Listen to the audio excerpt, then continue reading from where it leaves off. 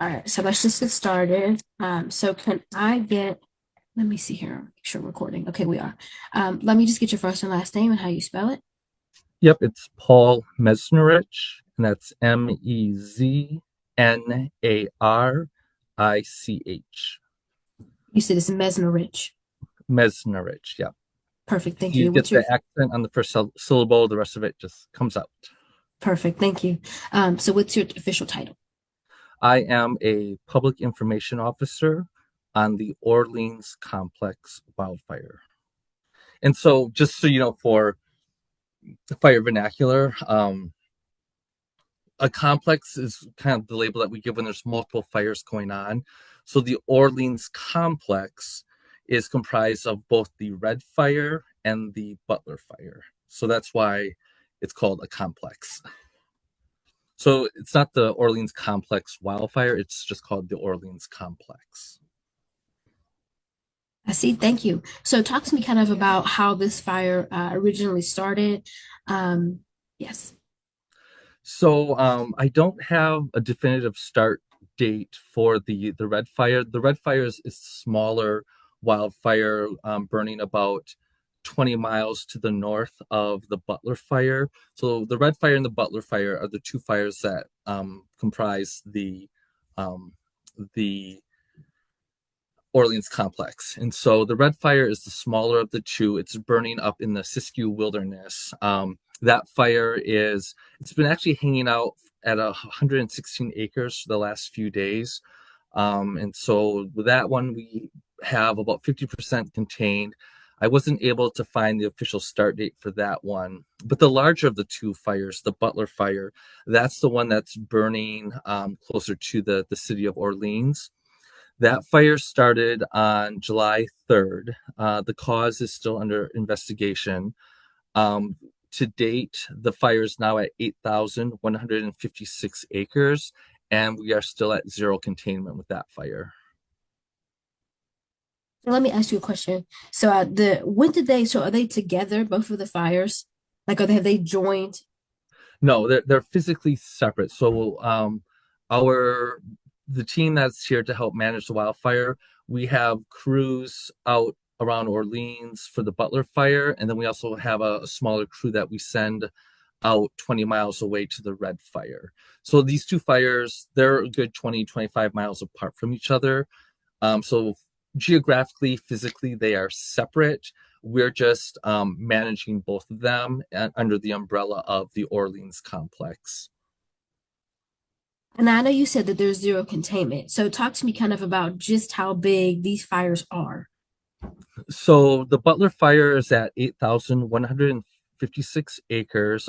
Containment is at zero right now, and containment basically when we like to consider an area or a line of the perimeter contained, that's when we're at a point where we're highly confident that fire won't get past that spot.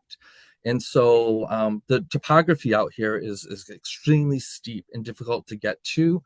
And so it's hard to kind of get in and get containment right away in an environment like this. Firefighters have also been dealing with very extreme conditions. So for the last 3, 4 days, we've had temperatures in the triple digits like every day. You know, the only saving grace is that the wind has been fairly mild, and so that's kind of helped keep things under control. These are some of the mitigating factors. A third element, too, kind of unique to this fire, is that both of these fires are burning in the ancestral lands of the. So for the Butler fire, that's the Karuk tribe. And then the red, that's the Yurok, the Karuk, and the Taloa. And so there's still a lot of historical and cultural significance to the lands that these fires are burning in.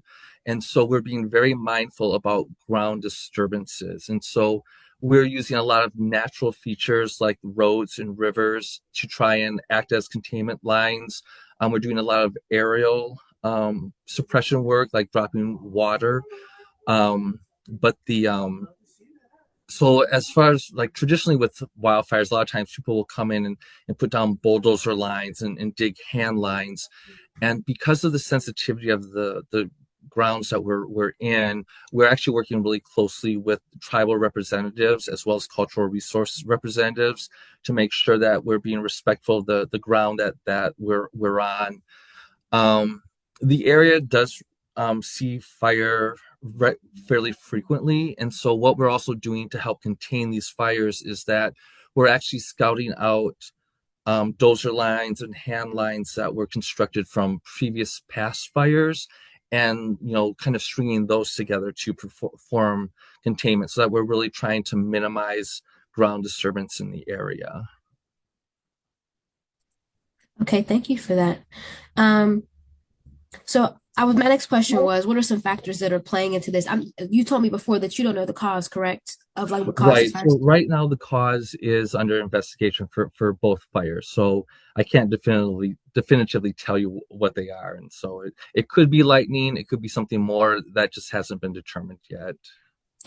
So I know you talked about the heat, and I know that that's probably one of the factors that play into this.